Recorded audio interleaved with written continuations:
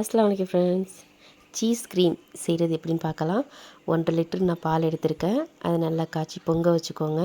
பொங்கினதுக்கப்புறமா 4 table spoon vinegar, 4 table spoon தண்ணி. உங்களுக்கு இப்போ தெரியல அப்படின்னா இந்த மூடியிலேயே 10 மூடி வினிகர், 10 மூடி தண்ணி ஒரு கிளாஸில் சேர்த்து கொஞ்சம் கொஞ்சமாக அந்த பாலில் ஊற்றி கலந்து எடுத்துக்கோங்க. அந்த சமயத்தில் ஆஃபில் தான் இருக்கணும்.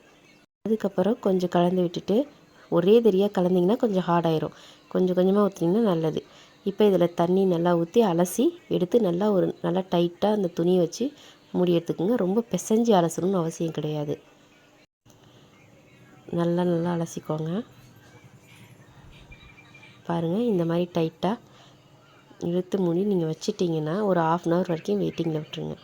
அதுக்கப்புறம் மிக்ஸி ஜாரில் போட்டு நல்லா அரைச்சிக்கோங்க. அப்படி அரைக்கக்குள்ளே உங்களுக்கு ரொம்ப கெட்டியாக இருக்குது, அதாவது ரொம்ப கெட்டியாக இருக்குது அப்படிங்கக்குள்ளே மட்டுமே 1 டேபிள் ஸ்பூன் பால் ஊற்றிக்கோங்க. பாருங்கள் எவ்வளோ நைஸாக இருக்குன்ட்டு.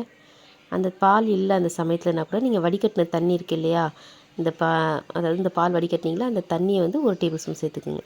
இந்த வீடியோ பிடிச்சிருந்துச்சுன்னா லைக் பண்ணி சப்ஸ்கிரைப் பண்ணுங்கள். தேங்க்யூ.